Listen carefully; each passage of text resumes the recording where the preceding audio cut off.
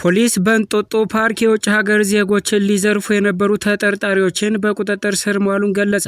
አሊ ካሜኒ ኢራን ከተጠቃች ክልላዊ ጦርነት ይቀሰቀሳል ሲሉ አሜሪካን አስጠነቀቁ። ጊዜያዊ ፕሬዝዳንት የትግራይ ኃይሎችን ከጸለምቲ ሲወጡ የፕሪቶሪያ ስምምነት መሰረት ውይይት ማድረግ እንደሚቻል ተናገረ። በወልቃይት ጠገዴ ሰቲት ሁመራ ዞን የሰሞኑን የህወሓት ወታደራዊ እንቅስቃሴንና ትንኮሳን ተከትሎ በዛሬው ዕለት ተቃውሞ ሰልፍ እየተካሄደ ነው ተባለ። ውድ የአልቦ ዜና አድማጮቻችን የዕለቱ አርዕስተ ዜናዎች ናቸው። ቀጥለን ዝርዝሩ እናሰማችኋለን። ላይክ፣ ሼር፣ ሰብስክራይብ እያደረጋችሁ እንድትከታተሉን በአክብሮት እንጋብዛለን።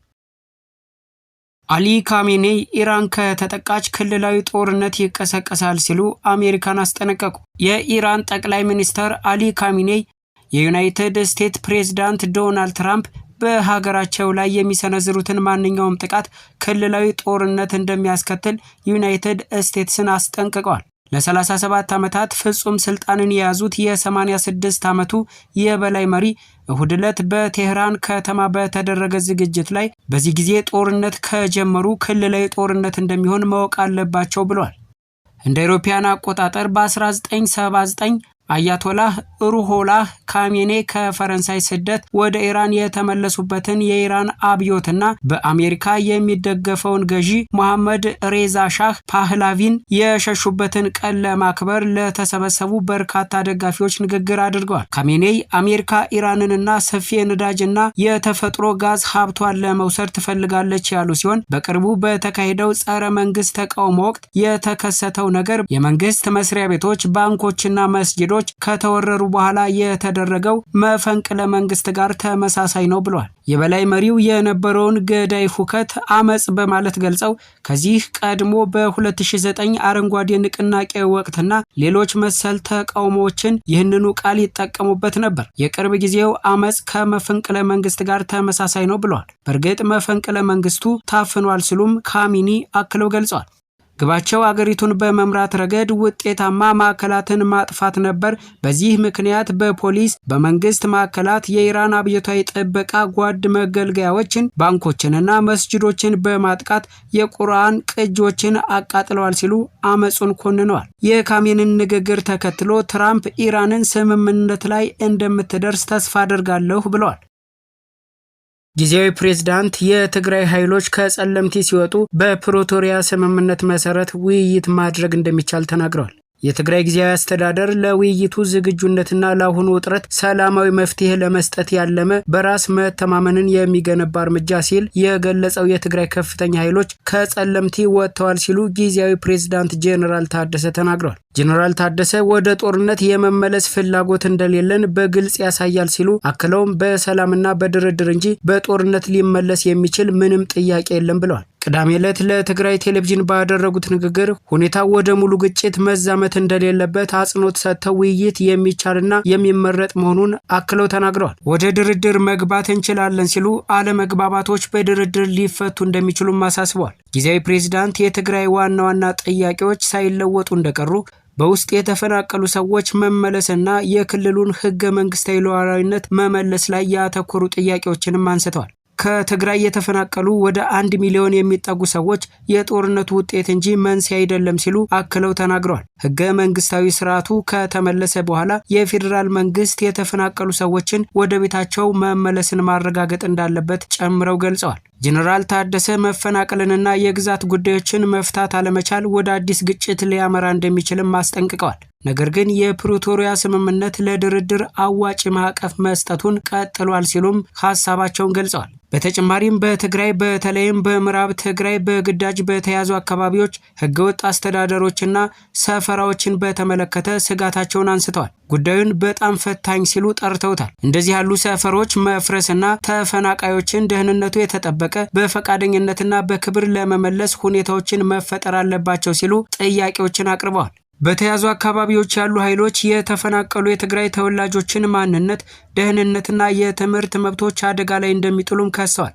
ይህም ተማሪዎች በአፍ መፍቻ ቋንቋቸው እየተማሩ አይደለም ሲሉ ክሶችንም ጨምረው ገልጸዋል። የትግራይ ጊዜያዊ አስተዳደር በግዳጅ በተያዙ የትግራይ ህገ መንግስታዊ ግዛቶች ላይ ህዝበ ውሳኔ እንዲደረግ የፌዴራል መንግስት ሀሳብን ውድቅ አድርጓል። እነዚህ አካባቢዎች መጀመሪያ ወደ ህገ መንግስታዊ ስርዓት መመለስ አለባቸው ሲሉም ተከራክረዋል። ጄኔራል ታደሰ በቅርቡ የተደረጉትን የድሮን ጥቃቶች አውግዘዋል። ውይይትን እንደሚያዳክሙና ሁኔታውን ወደ አዲስ ጦርነት እንደሚገፋፉም አስጠንቅቀዋል። ድሮን የሚሰነዝሩ ጥቃቶች የተወገዙ ናቸው ሲሉ ውጥረቱን እንደሚያባብሱ እና ሁኔታውን ወደ አደገኛ ደረጃ እንደሚያደርሱትም አክለዋል። እነዚህ ስጋቶች ቢኖሩም ውይይት የትግራይ ተመራጭና ብቸኛው አማራጭ እንደሆነ በድጋሚ ተናግረዋል። ከፌዴራል መንግስት ጋር ለመወያየት ዝግጅቶች እየተደረጉ መሆናቸውንም ተናግረዋል። ምንም እንኳን ከአውሮፕላን መሰረዝ ጋር በተያያዘ የጉዞ መስተጓጎል ምክንያት የታቀዱ ስብሰባዎች ቢዘገዩም ሲሉ አክለው ሀሳባቸውን ተናግረዋል። መንገዳችንና ፍላጎታችን ውይይት ነው ብለዋል ጄኔራል ታደሰ።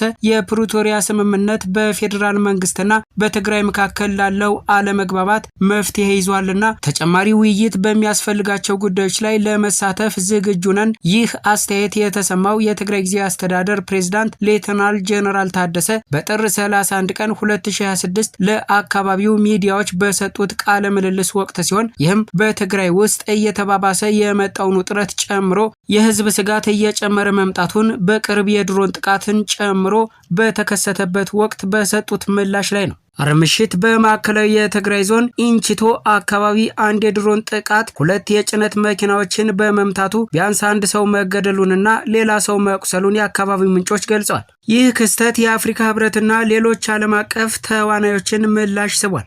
እነዚህም በአካባቢው በክስተቱ ወታደራዊ ግጭቶች እየጨመረ የመጣውን ውጥረት ከፍተኛ ስጋት እንዳላቸው ገልጸዋል። ሁሉም ወገኖች ራሳቸውን እንዲቆጣጠሩ፣ አሁን ያሉትን የሰላም ስምምነቶች እንዲያከብሩና ወደ ሰፊ ግጭት እንዳይመለሱ በውይይት እንዲፈቱትም አሳስበዋል። በተያያዘ ዜና የተቃውሞ ሰልፍ በወልቃይት ጠገዴ ሰቲት ሁመራ ዞን የሰሞኑን የህወሓት ወታደራዊ እንቅስቃሴና ትንኮሳን ተከትሎ በዛሬው ዕለት የተቃውሞ ሰልፍ እያካሄዱ ይገኛሉ። እምቢ ለዳግም ጦርነት አንገባም፣ ወደ ጦርነት መግባት ማለት የጥፋት ኃይሉን እኩይ ዓላማ በኢትዮጵያ ፍርስራሽ ላይ የትግራይ ሪፐብሊክ መገንባት ነው የሚሉ መፈክሮችን ተመልክተናል። ፖሊስ በእንጦጦ ፓርክ የውጭ ሀገር ዜጎችን ሊዘርፉ የነበሩ ተጠርጣሪዎችን በቁጥጥር ስር መዋሉን ገለጸ። በአዲስ አበባ ከተማ አስተዳደር ልዩ ትኩረት ከተሰጣቸው ፓርኮች መካከል አንዱ በሆነው እንጦጦ ፓርክ አካባቢ የውጭ ሀገር ዜጎችን ሊዘርፉ የነበሩ 3 ግለሰቦችን በቁጥጥር ስር መዋሉን የአዲስ አበባ ፖሊስ አስታወቀ። ፖሊስ ባወጣው የጥንቃቄ መልእክት እንደገለጸው ተጠርጣሪዎቹ የተያዙት ጥር 23 ቀን 2018 ዓ.ም በሽሮ ሜዳ ቁስቋም በኩል ወደ እንጦጦ ፓርክ ሊገቡ የነበሩ የሆላንድ ዜጎችን ለመዝረፍ ሲሞክሩ በደረሰባቸው ክትትል ነው ብሏል። ፖሊስ ግለሰቦቹን በቁጥጥር ስር ያዋላቸው ሲሆን በአሁኑ ወቅት ምርመራ እየተካሄደባቸው እንደሚገኝም ጠቁሟል። በምርመራው ወቅት ከታሰሩት ግለሰቦች መካከል አንዱ የሐሰት የመከላከያ መታወቂያ ይዞ መገኘቱን የገለጸው ፖሊስ የሌሎችን 2 ተጠርጣሪዎች ማንነት እያጣራ መሆኑንም ገልጿል። ተጠርጣሪዎቹ ከፖሊስ ለማምለጥ ሲሮጡና ሲዘሉ ጉዳት እንደደረሰባቸውም በመግለጫው ተመላክቷል። እንጦጦ ፓርክ የቱሪስት መዳረሻ፣ የከተማ ነዋሪዎች መዝናኛና ስፖርታዊ እንቅስቃሴ የሚደረግበት ስፍራ መሆኑን የጠቀሰው ፖሊስ አንዳንድ ወንጀለኞች ጎብኚ ወይም ስፖርተኛ በመምሰል እንዲሁም በአሳቻ ቦታዎች በመደበቅ ወንጀል እንደሚፈጽሙ ከህብረተሰቡ ጥቆማ ሲደርሰው መቆየቱን ገልጿል። ህብረተሰቡ መሰል አጠራጣሪ እንቅስቃሴዎችን በመከታተል ለጸጥታ አካላት ትብብር እንደሚያደርግ፣ አካባቢውን እንዲጠብቅና ወንጀል በጋራ እንዲከላከል ፖሊስ መልእክቱን አስተላልፏል።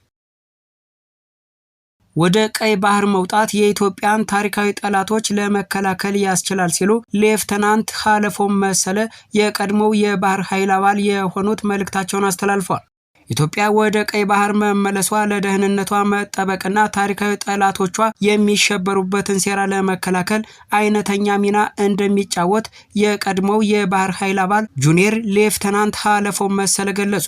ሌፍተናንት ሀለፎም መሰለ ለጋዜጣ ፕላስ እንደገለጹት የኢትዮጵያ የውስጥ አለመረጋጋትና የግጭት ምንጮች ከአባይና ከቀይ ባህር ጋር የተያያዙ ሲሆን ሀገሪቱ የታላቁ የህዳሴ ግድብን በማጠናቀቋ አንደኛውን ስጋት መቅረፍ ተችሏል ሲሉም አክለው ገልጸዋል። ኢትዮጵያ ደህንነቷን ሙሉ በሙሉ ለማረጋገጥ የቀጠናውን ሰላም ለመጠበቅና ኢኮኖሚዋን ለማሳደግ ወደ ቀይ ባህር መውጣት እንዳለባትም አስረድተዋል። ሀገሪቱ በአሁኑ ወቅት ጓዳ ተከራይታ ሳሎን ላይ ያለ ነጻነት እየተንቀሳቀሰች መሆኑን የጠቀሱት ሌፍተናንቱ ይህ ሁኔታ ለሉዓላዊነትና ለእኩል ተጠቃሚነት ሳንካ በመሆኑ አጀንዳው እውን እንዲሆን የቀድሞ የባህር ኃይሉ አባልና ሁሉም ዜጋ የበኩል ድርሻ ሊወጣ እንደሚችል መክረዋል። ኢትዮጵያ ወደ ቀይ ባህር መመለሷ ተሰሚነቷን ከማጎልበት ባለፈ ለሀገራዊ ሕልውና ወሳኝ መሆኑንም ጠቅሰዋል። ውድ የአልቦ ዜና ተከታታዮች የሰዓቱ ዜናዎች እነዚህ ነበሩ። በሌላ መረጃ እስክንገናኝ ድረስ ላይክ፣ ሸር፣ ሰብስክራይብ እያደረጋችሁ ቻናላችንን እንድትቀላቀሉ በአክብሮት እንጠይቃለን። መልካም ቀን።